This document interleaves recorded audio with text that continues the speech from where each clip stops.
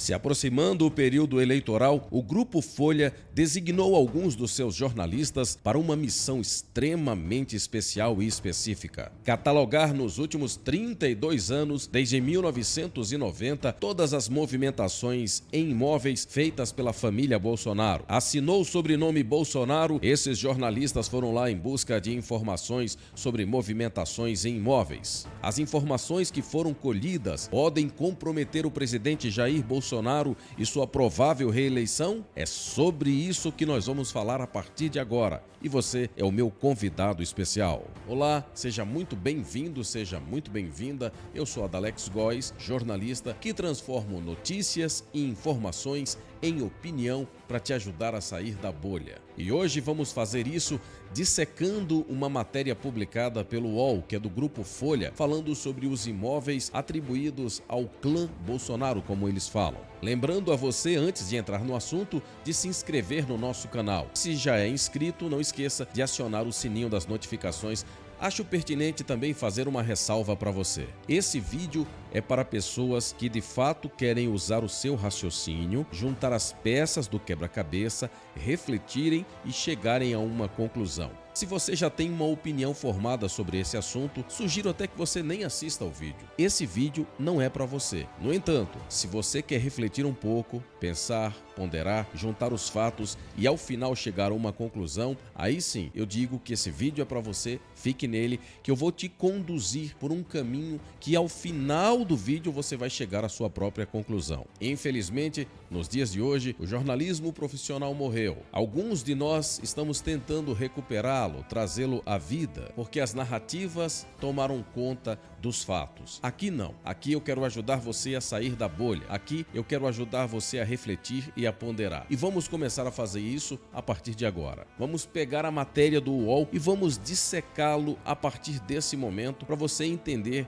o que está escrito ali e o que eles estão dizendo. Vamos lá. Metade do patrimônio do clã Bolsonaro foi comprada em dinheiro vivo. E a pergunta é: e daí que os móveis do clã Bolsonaro, como dizem, foi comprado em dinheiro vivo? O que isso diz? Por que essa suspeita? Qual o problema em se comprar um imóvel em dinheiro vivo, como disse a matéria? Agora vamos entrar na análise da matéria. Quase metade do patrimônio em imóveis do presidente e candidato à reeleição Jair Bolsonaro e de seus familiares mais próximos foi construída nas últimas 3 décadas com uso de dinheiro em espécie, de acordo com o levantamento patrimonial realizado pelo UOL. Desde os anos 1990 até os dias atuais, o presidente, irmãos e filhos negociaram 107 imóveis, dos quais pelo menos 51 foram adquiridos total ou parcialmente com uso de dinheiro vivo, segundo declaração dos próprios integrantes do clã. Bem, o primeiro ponto que chama atenção é que eles foram fazer essa análise 32 anos atrás, desde 1990. Segundo, a matéria diz que trata-se de um levantamento da vida do presidente, dos irmãos do presidente e dos filhos do presidente. Será que é verdade mesmo? Isso?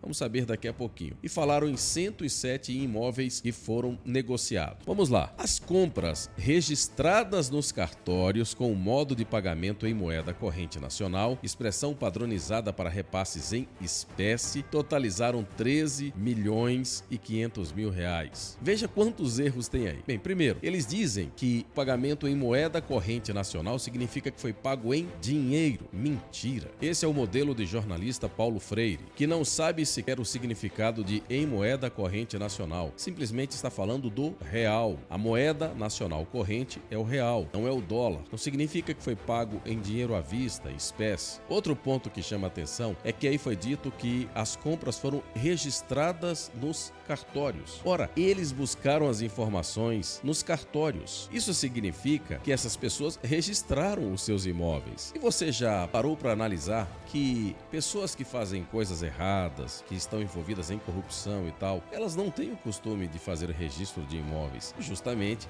porque podem ser pegos. Não é o caso, entre aspas, do clã Bolsonaro, como eles dizem. Mas veja que coisa curiosa. Veja, eles falam que os 107 imóveis são avaliados em 13 milhões e 500 mil. Isso em 32 anos. Ou seja, em 32 anos, a família Bolsonaro acumulou um patrimônio de 13 milhões e 500 mil reais. Se nós dividirmos isso isso aí pelos 32 anos, significa que durante cada ano eles produziram riquezas de aproximadamente R$ 421.875. Se nós atualizarmos esse valor, segundo eles, esse número duplicaria. Ao invés de 421 mil, teríamos aí por volta de R$800 mil.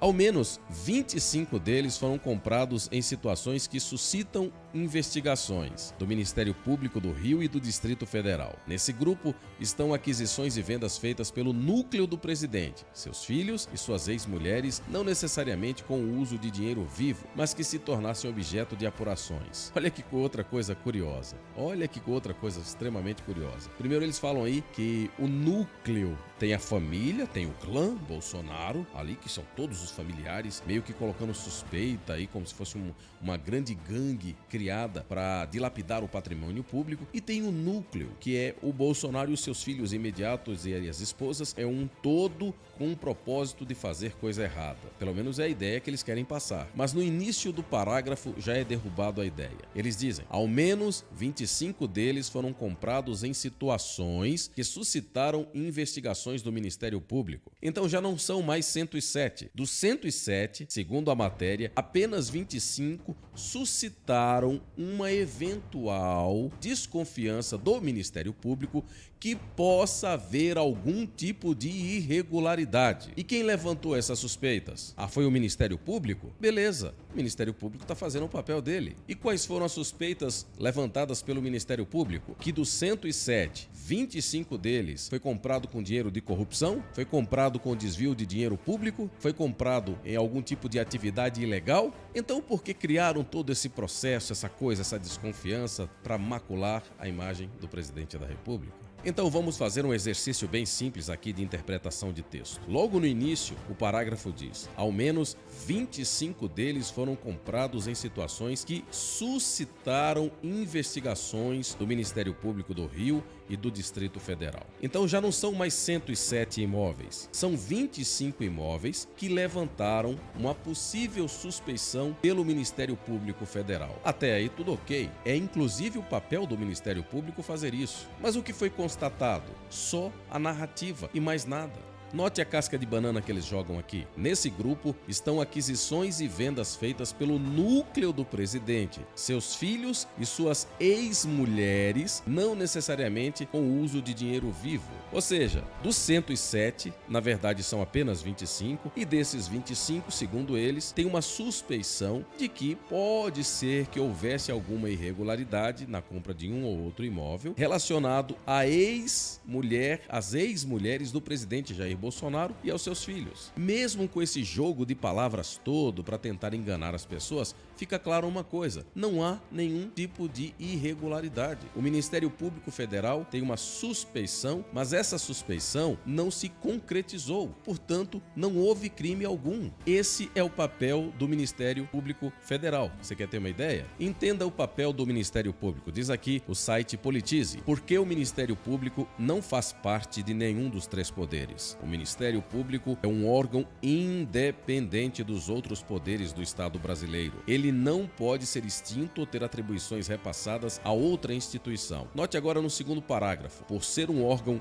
fiscalizador do poder em todas as esferas, seria questionável o Ministério Público estar subordinado a qualquer um deles. Ou seja, o papel do Ministério Público Federal é fiscalizar. Não é o Ministério Público quem julga, ele apenas direciona uma possível irregularidade ou erro a outros órgãos competentes que justamente fazem esse papel. E o que foi encontrado a respeito do Flávio Bolsonaro? E o que foi encontrado a respeito do Carlos Bolsonaro? Bisbilhotaram a vida inteira deles e ficou caracterizado que não há nenhum problema. Assim, fizeram uma devassa nas contas dos dois filhos do presidente, Carlos Bolsonaro e do Flávio Bolsonaro. O que essa investigação revelou? Há alguma irregularidade? Eles se envolveram em corrupção, desvio de dinheiro ou algo para comprar um ou outro imóvel? Não, esta é mais uma narrativa. Mas vamos continuar. Veja o que diz o outro parágrafo da matéria. O levantamento considera o patrimônio construído no Rio de Janeiro, em São Paulo e em Brasília pelo presidente, seus 3 filhos mais velhos, a mãe, 5 irmãos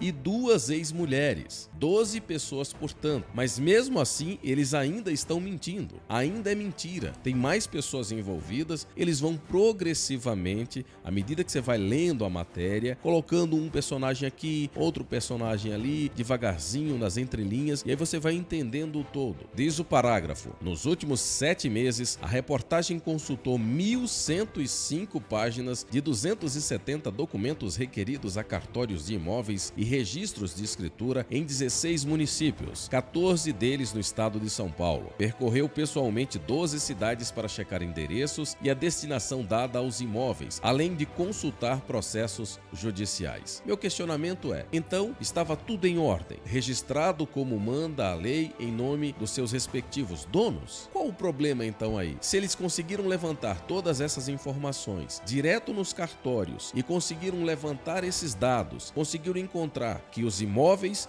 tinham donos específicos, com registros corretos, tudo dentro da lei. Qual é a ilegalidade? Continuemos na leitura da matéria. Aqui eles acrescentam mais 2 personagens, os ex-cunhados do presidente Jair Bolsonaro. No ramo paulista, a irmã mais rica de Bolsonaro, eles admitem, é Maria Denise Bolsonaro. Construiu com o marido José Orestes Fonseca um império de lojas de móveis, eletrodomésticos e miudezas no Vale do Ribeira nos últimos anos. Eles se casaram em 1980 sob o regime de comunhão universal. Atualmente, os 2 vivem separados, mas ainda brigam pela divisão de patrimônio. Pela lei, eles estão justificando agora, enquanto a disputa não se encerrar, os bens seguem pertencentes ao casal. Ou seja, todos os bens, os imóveis da irmã de Bolsonaro que eles construíram, que ela construiu com o marido, fruto do trabalho deles, consta em nome dela, eles colocaram isso, entre aspas, para o clã Bolsonaro. Pergunto a você, o que o Bolsonaro tem a ver com isso? Minha segunda pergunta: o que eles, jornalistas do UOL, têm a ver com a vida da irmã do Bolsonaro e do ex-marido, que trabalharam honestamente, conseguiram fazer um patrimônio e construíram a vida que construíram? O que esses jornalistas têm a ver com isso? Não para por aí. A disputa entre os dois envolve quase uma dezena de lojas, uma casa de veraneio à beira-mar em Cananéia, no litoral sul paulista, com lancha e jet ski, e 2 mansões localizadas dentro de uma área de mais de 20 mil metros quadrados no centro de Cajati, no Vale do Ribeira, também compradas com dinheiro em espécie. O dinheiro em espécie a que esses jornalistas se referem é aquele de moeda corrente. Parabéns para vocês. Vocês envergonham os bons jornalistas. Então vamos lá. Primeiro, a matéria dizia que os imóveis eram do clã Bolsonaro, se referindo ao presidente e aos seus filhos. No decorrer da matéria, eles acrescentaram os irmãos de Bolsonaro. Depois, no desenvolver da matéria, eles acrescentaram a mãe do Bolsonaro. Agora, eles colocaram mais um personagem que eles mesmos admitem aqui ser rico e possui 13 imóveis, fruto do trabalho dele e da irmã de Bolsonaro. O que esses personagens têm a ver com o presidente da República? 2. O que esses jornalistas têm a ver com a vida dessas pessoas que produziram a sua riqueza? 3. Por que usar clã Bolsonaro como se fosse um grupo organizado para dilapidar, para lavar dinheiro ou coisa do gênero? É assim que jornalistas devem trabalhar? É assim que o jornalismo deve fazer? Continuemos.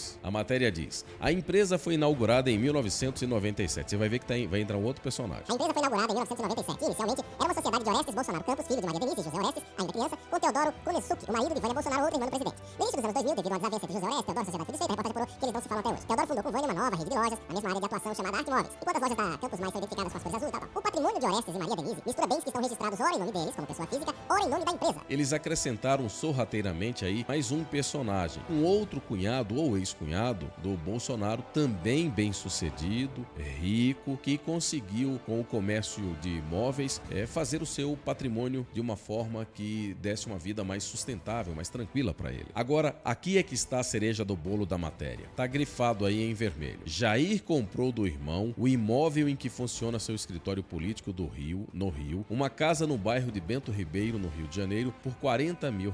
O valor também foi quitado em espécie. Este é um dos 5 imóveis que Jair Bolsonaro adquiriu ao longo de sua trajetória política, pagando em dinheiro vivo. Então, dos 107 imóveis vasculhados pelos, entre aspas, jornalistas do UOL, sobre 25 poderiam haver alguma eventual suspeita de irregularidade por parte do Ministério Público que não se concretizou, que não se comprovou e, na verdade, o presidente, ele, pessoalmente, negociou apenas 5 durante seus 67 anos, todos registrados. Cadê o crime? Me apresenta o crime aí. Vocês são patéticos. Se você é uma pessoa honesta, de bom senso, eu quero te convidar agora para uma reflexão bem ponderada, para que você possa, como eu disse, chegar ao final dessa matéria, ao final desse vídeo, com uma opinião formada. Eu quero convidar você para considerar comigo agora, vamos falar do clã Lula. Quando eu falo clã, é só dos filhos. Não vamos falar de cunhados, de irmãos, de ex-cunhados, nada disso. Vamos analisar rapidinho aqui e eu quero saber a sua opinião. Vamos lá?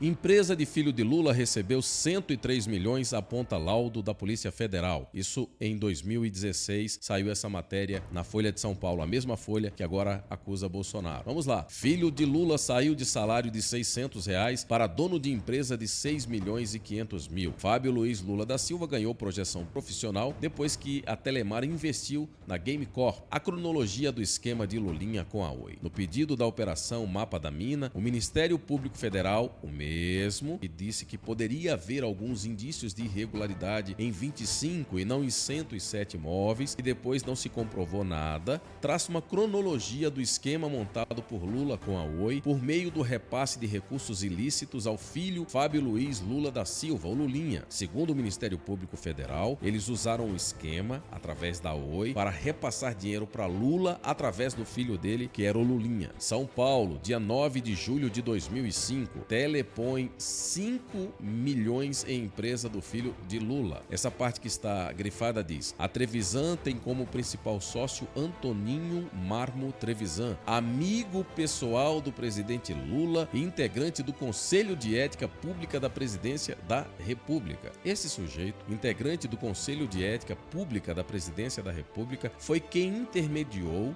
ele é amigo de Lula, foi quem intermediou para que uma empresa injetasse 5 milhões naquela época na empresa do filho de Lula. Tudo ok para você? Sem nenhum problema? Vamos continuar. Filhos de Lula são sócios em 2 holdings. Lula, Lulinha e Luiz Cláudio têm participações em 6 empresas nas áreas de esporte, entretenimento e tecnologia. O único negócio com sede própria e funcionários é a Game Corp. Outros 5 não funcionam nos endereços informados. Por mais que queiram fazer um malabarismo para encontrar alguma maneira de incriminar o presidente da República, o que essa matéria do Grupo Folha mostrou foi que não há nada sólido contra o presidente da República. É o que se chama no dito popular de um pastel de ventos. Por mais que essa matéria, mal escrita por sinal, não conseguisse mostrar que o presidente da República é um corrupto ou os seus filhos ou pessoas próximas a ele, mas eles conseguiram talvez o seu principal objetivo: criar uma narrativa próxima às eleições para desgastar o presidente da República. E foi nisso que o jornalismo profissional se transformou. Numa outrora prostituta de luxo, hoje uma prostituta que se vende por tão pouco. Carente e necessitada do dinheiro público,